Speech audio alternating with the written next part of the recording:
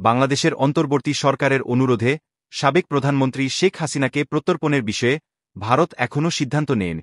The economic টাইমসের এক প্রতিবেদনে বলা হয়েছে, এই অনুরোধটি রাজনৈতিক ও কূটনৈতিক নানা চ্যালেঞ্জের মুখে পড়েছে। প্রতিবেদনে উল্লেখ করা হয়, ভারত-বাংলাদেশ প্রত্যর্পণ চুক্তির শর্ত অনুযায়ী রাজনৈতিক প্রকৃতির কোনো অনুরোধ কার্যকর করা যায় না। এছাড়া ভারতের জন্য শেখ হাসিনার ভূমিকাও গুরুত্বপূর্ণ। তিনি চরমপন্থী দমনে এবং উপাঞ্চলিক সহযোগিতা বৃদ্ধিতে ভারতের স্বার্থ রক্ষা করেছেন।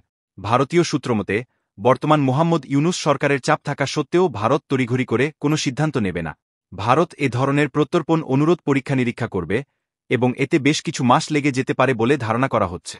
ভারত দীর্ঘদিন ধরে অতিথিদের স্বাগত জানানোর ঐতিহ্য ধরে রেখেছে, যার উদাহরণ দালাই লামা। সূত্রগুলো মনে করে, বর্তমান পরিস্থিতিতে যদি শেখ হাসিনা বাংলাদেশে ফেরেন, তাহলে তার জন্য একটি অনিশ্চিত ও ঝুঁকিপূর্ণ পরিস্থিতি তৈরি হতে পারে।